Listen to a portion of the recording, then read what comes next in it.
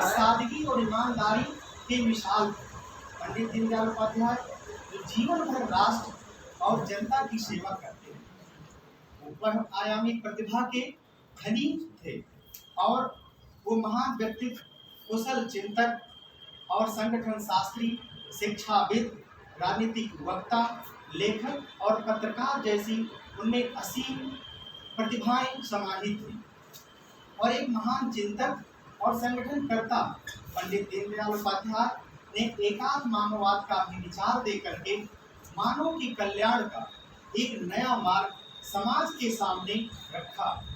जिसकी प्रासंगिकता समय के साथ साथ बदलती चली गई और बढ़ती भी चली गई। तो जहाँ तक है एकात्म मानववाद क्या है, तो वो मानते थे कि मानवीयता की उत्कर्ष की स्थापना अगर किसी राजनीतिक सिद्धांत में हो पाई है तो वो है पंडित दीनदयाल उपाध्याय के एकात्म मानववाद का सिद्धांत। वो इसमें उन्होंने भारत को एक देश से नहीं बहुत आगे बढ़ करके एक राष्ट्र के रूप में उसको माना कि भारत एक राष्ट्र के रूप में माना जाना चाहिए, एक देश के रूप में नहीं, और नागरिकों को एक परिवार के रूप में, परिवार की एक इकाई के रूप में, एक मेंबर के रूप में माना जाना चाहिए। और वो मानते थे पंडित दीनदयाल उपाध्याय ने एकात्म मानववाद को एक ऐतिहासिक, एक सैद्धांतिक रूप में नहीं बल्कि आस्था के रूप में भी स्वीकार किया। जिस समय पूरा विश्व ये माना जाता था कि द्वितीय विश्व युद्ध के बाद जो स्थितियां विद्यमान थी, जो राजनीतिक विज्ञान में कोल्ड वार की स्थिति आती है, जिसमें एक पक्ष जो है वो पूंजीवाद का प्रतिनिधित्व कर रहा था, जिसका अमेरिका कर रहा था, और एक साम्यवाद जिसका प्रतिनिधित्व सोवियत संघ कर रहा था। तो जिस समय पूरा विश्व पूंजीवाद और साम्यवाद की अच्छाई और बुराई की बहस में उलझा हुआ था, उसी वक्त पंडित दीनदयाल उपाध्याय ने इन दोनों विचारधाराओं को नकारते हुए एकात्म मानववाद की विचारधारा लोगों के सामने प्रस्तुत की। दरअसल एकात्म मानववाद जो है भारतीय संस्कृति और विचार के बीच से ही उपजा एक विचार है, और वो मानते थे, पंडित दीनदयाल ने कभी भी इस बात का दावा नहीं किया कि हम लोगों के सामने किसी भी प्रकार का वाद प्रस्तुत कर रहे हैं,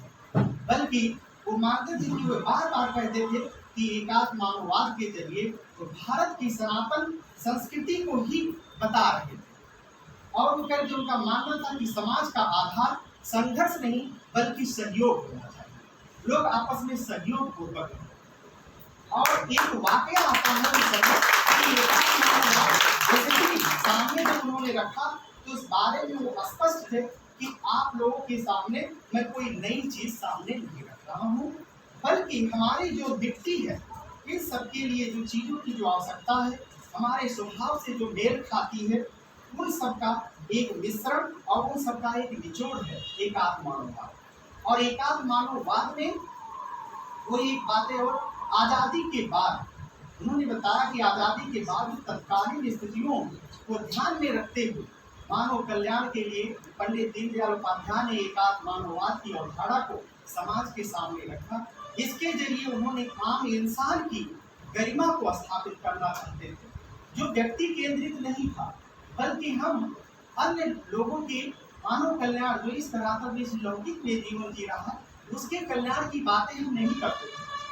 बल्कि हम दूसरी अलौकिक चीजों की बातें करते थे। और इस एरा में और वो दुख से, तमाम बीमारियों से ग्रसित रहता था, उस कल्याण की बातें कोई नहीं करता था। पहली बार उन्होंने कहा कि सबसे पहले 1964 में ग्वालियर में आयोजित भारतीय जनसंघ के अधिवेशन में उन्होंने एकात्म मानववाद के विचार को पेश किया, और अगले ही साल 1965 में ही इसे स्वीकार भी कर लिया गया। इसी साल 22 से 25 अप्रैल तक पूना में आयोजित जनसंघ के अधिवेशन में उन्होंने एकात्म मानववाद के बारे में विस्तार से भी बताया।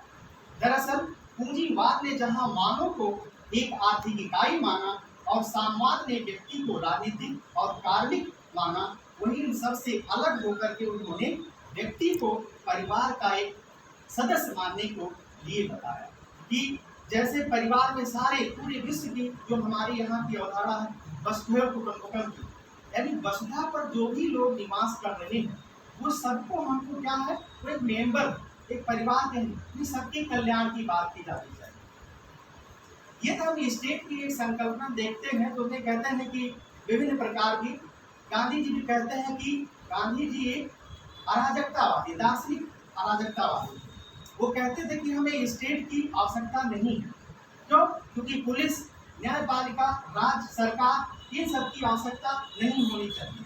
और ये तभी तक क्योंकि ये शोषण कार्य होते हैं और इनकी जब हम स्वयं आत्मशासित होने लगेंगे, किसी भी प्रकार के उपयोग की जो संसाधन उपलब्ध है उन संसाधनों को हम जितना, और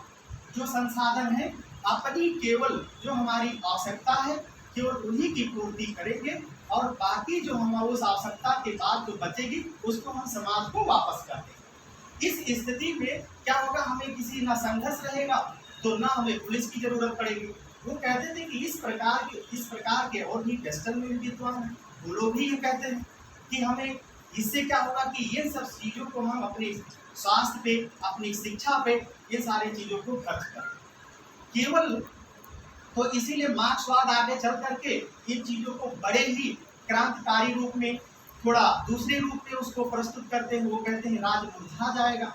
तो उसी में इस प्रकार से जो पंडित दीनदयाल जी भी थे तो भी कहते थे कि राज्य में सभी के, मानव के सभी के कल्याण की, यानी जो अंतिम व्यक्ति भी बैठा हो उसके भी कल्याण की बात करते हैं, यानी सब लोगों के, सबके दुख दर्द का। और जो आज के समय में जो हम देखते हैं सबका साथ सबका विकास जो एक अवधारणा है, तो वो भी इन्हीं के मार्गदर्शन से निकल करके आए, पंडित दीनदयाल उपाध्याय। तो इनके नाम मनुष्य का जो शरीर है